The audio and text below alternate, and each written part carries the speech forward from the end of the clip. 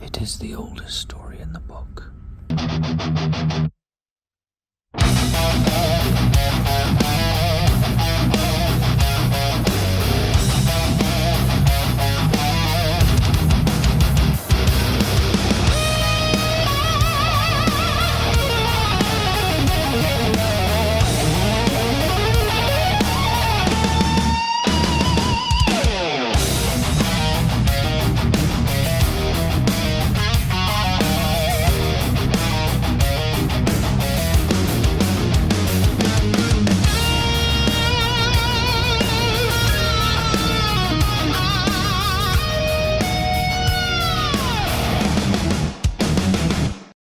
Darkness versus the light.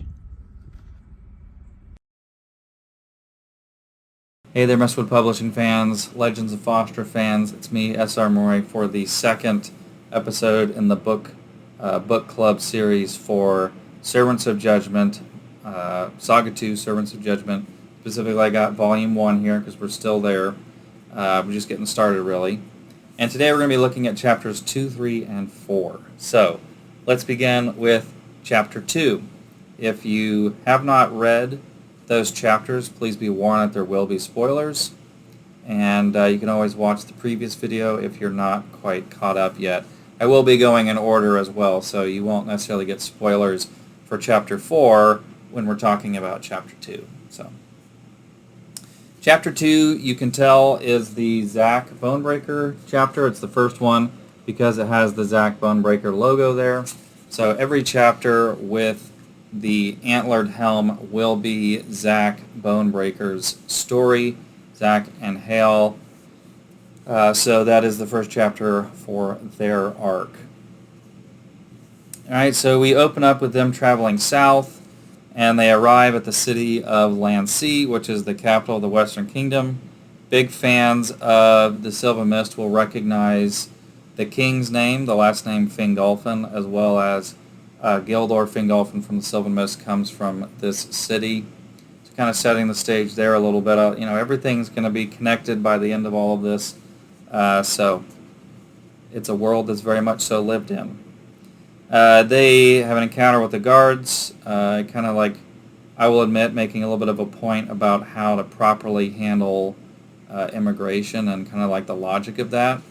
I don't like to put commentary on current political events in my books, but this is just like a subtle little, a little poke at it, just kind of like civilizations understood that borders mattered for thousands of years. It's just until recently that people's suicidal empathy has led them to forget basic logic of civilization.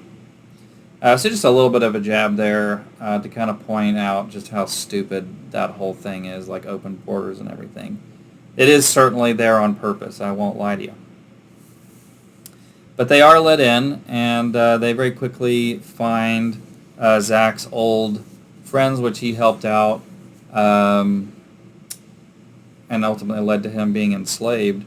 This is a story that was told to Hale while they were in prison in Saga 1. Zack was kind of like sharing his, not willingly, he was kind of pushed into sharing, but he ends up sharing kind of like where he had come from and what his background was, and so just a little bit of a payoff there and kind of seeing a different side of Zack, a little bit more cheerful version of Zack. But, I wanted to put, especially want to start the book out on a positive note, with the sequel, especially when in this format where each book is a complete story that kind of continues, the overall story. So like by the end of Saga 2, you'll have an answer to whether or not Narbad gets the Weapons of Judgment. But obviously, just like with Saga 1, there is certainly the setup for the next book, and I would actually say much more so. Like you'll have a very good idea of what the next book is going to be about by the end of it. So we have some nice touching moments of Zack kind of getting a little bit of justice for, like a reward for his heroics and helping Jenny and John. you know, escape the situation that was up in the north. So again, just kind of like refreshing what this chapter is kind of like refreshing what happened in Saga 1 with these characters, as they had their own little mini arc there as well. And then there is a scene break where we actually get to look at Redigazar the Red, who is the big red dragon. He's the firstborn son of Vandir, so he's kind of a big deal, very powerful. And we learn that he is in control of Virgin. He's not the same as his brothers.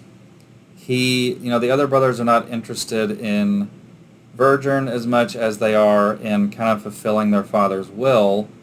Is and Bjorn are kind of independent puppets of their father, Vandir, who is, again, kind of like Satan. Excuse me. But Redigazar, who is the, lowercase god of ambition, the son of Vandir, naturally with that is a bit more ambitious and independent. He's not necessarily trying to fulfill the will of his father. He has his own goals and his own ambitions. And as we find in the scene, some of those are maybe even overthrowing his father and becoming, more powerful than his father. Whereas the others of his siblings are much more subservient and just kind of following the will of their father and kind of serving him. But also we learn that Redigazar can shift from dragon form to human form, and that he does have Hirskella, and that he desperately wants to be able to wield the hammer. He desperately wants to be worthy of it. The hammer rejects people that are not worthy of wielding it by hurling them away from the hammer. The interesting thing about this character is he thinks what the hammer wants is for him to earn a certain amount of glory to be worthy of the hammer.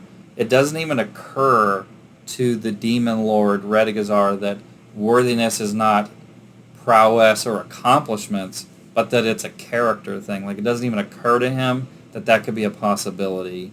And so he's got this scroll that will gain him more power and more influence, and he thinks that's what's going to make him worthy to wield this hammer that he so desperately wants to wield, not even understanding that maybe it's a character thing, not a prowess or an accomplishment thing, which I think gives this villain more of a nuanced, kind of interesting perspective, interesting development with him. And then also, we see that he has also created his own Virar, which are the evil races, and they are hobgoblins, which you see on the cover of the volume 2 of this book. That's what they're all fighting. There are these orange-skinned kind of monster-looking things.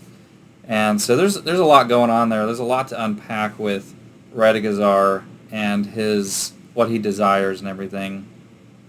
It absolutely drives him, he's so used to getting his way, that it absolutely drives him insane that the hammer won't accept him. So that's why it's so important to him. He simply cannot accept that this hammer will not let him wield it, and that's why he cares so much about it. The next scene, we jump back to Hale and Zach, where we kind of see them having a discussion around the campfire, and Zach kind of talking about, they're talking about Hale's wife, Narbad's mother, and kind of what, Zach might look for in a woman, and you kind of see this outburst with Zach about what he wants from a woman. He says, she doesn't need to always like me, but I do wish for her to love me. Zach continued, she should love me, not the idea of a husband. I don't want to be fixed. All these women trying to fix their husbands. I don't need to be altered. There's no problem to be fixed. There's just me.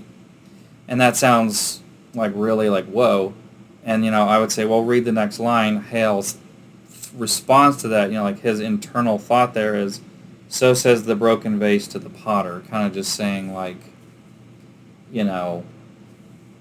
this guy's got problems, it's not my place to address those. So my worry would be someone might read that and think, well, that's my perspective. But you got to read that next line. Like there's the counter.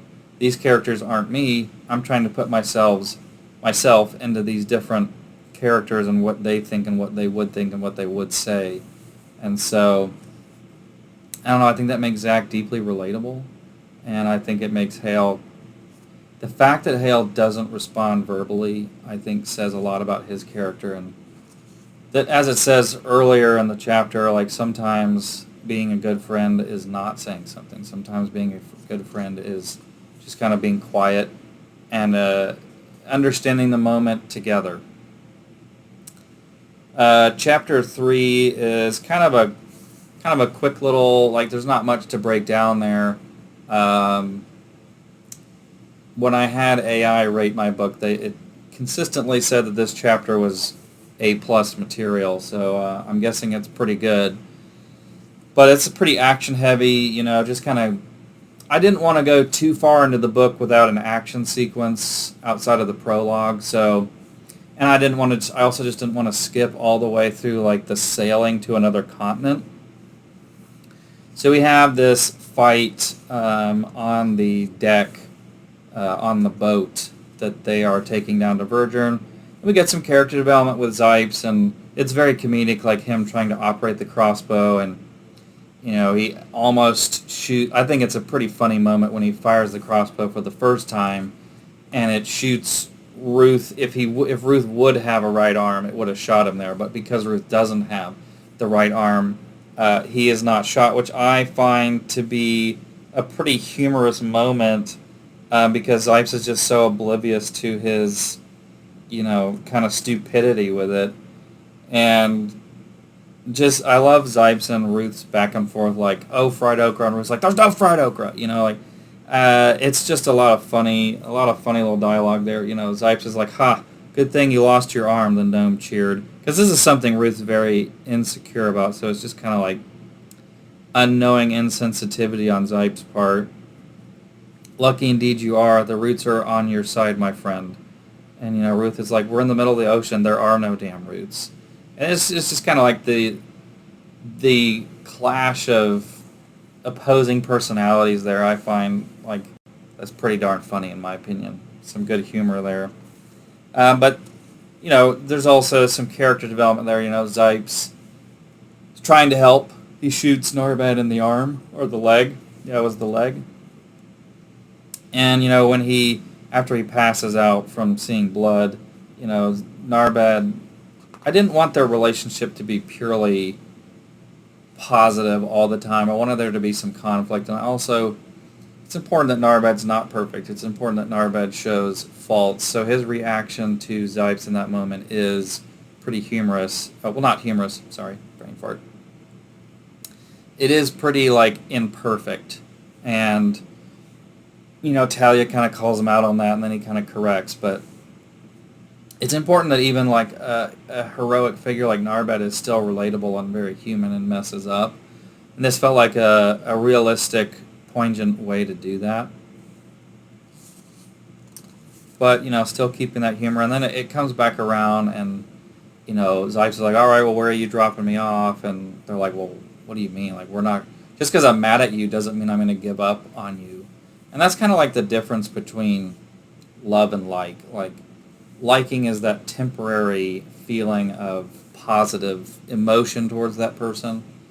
And love is like a conscious decision to force yourself to stay even when you don't want to, and to not give up on people.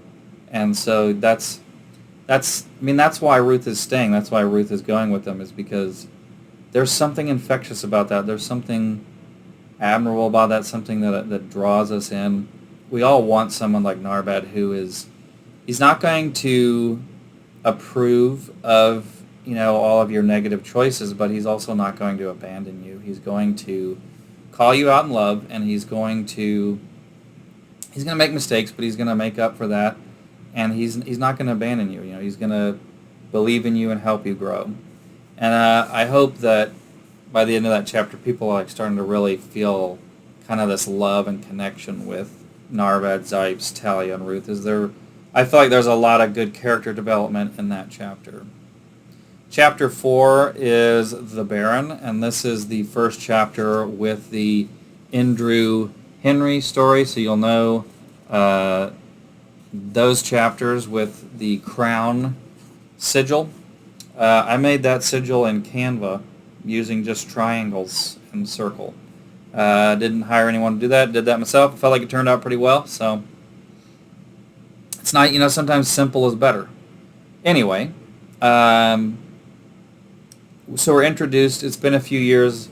If you don't remember, or maybe you didn't read Saga 1, the epilogue kind of sets up this story between these two king brothers where Andrew, who we are with at the beginning of this chapter, is romantically involved with an orc female, and in Anor, which used to be like the country of orcs, things have changed, and that's a bit controversial, and so a human with an orc kind of leads to some drama. Things escalate. Henry, the younger brother, kind of accidentally / purposely, it's accidental in that I don't think he understands fully the consequences of what he's doing.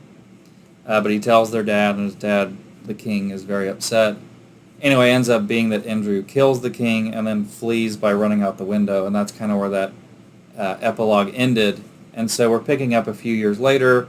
This chapter explains that Andrew has been on the run for a while. He stayed with his actual, he found out who his actual biological mother was and has been hiding with her, but he had to escape because the territory of Anthal is incapable of continuing to fight wars and battles against the capital, and so he had to flee in order to kind of save Anthal, which is the southernmost territory of Hanor, from war. And so he's been on the run for a while.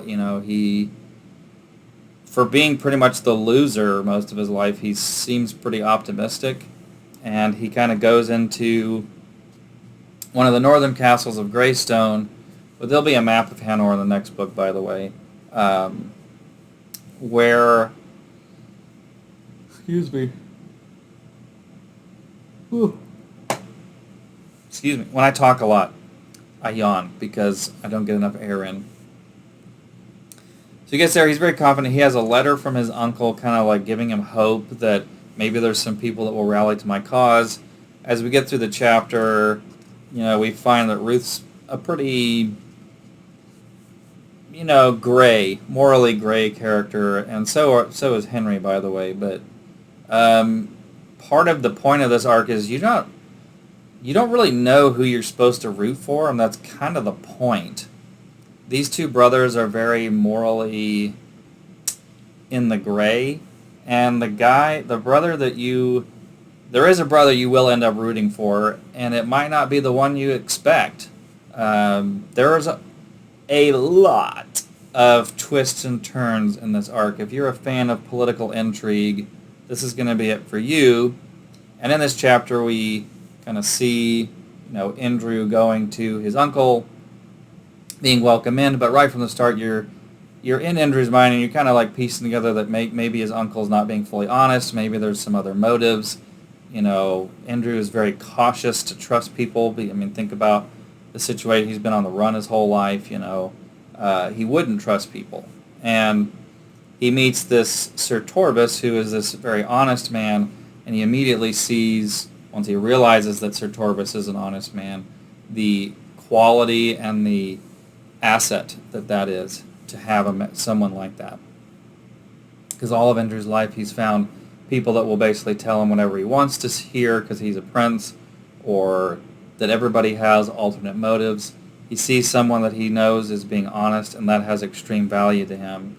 So he sees the value in Torbus pretty quickly, although not right at first. We have an assassination attempt. We go to a scene with Henry and his advisors and kind of talking about how he's hoping that the assassin is successful, and also that he might be getting married soon in order to create an alliance. It's kind of like setting up this tension of maybe there's going to be a war between the North and the South, the North backing Andrew and the South backing Henry, this civil war. And so Henry, with the advisor Sawyer, are trying to kind of secure alliances that would result in them winning the war pretty easily. Meanwhile, Indri is trying to scrap together whatever alliance he can. And so you have, this chapter kind of sets up the point of the story of these two brothers is who's going to emerge on top? Who's the good guy? The further you get into this book, you're going to notice that really I'm leading towards Saga 3 being focused in Hanor. So like this plot plays a huge role in what happens in the next book. Who's going to be on top? Who's going to win? You'll have to wait and see. But that's the 3 chapters for this week. Come back next week for 3 more chapters, and we'll keep going through the book club. Have a nice week.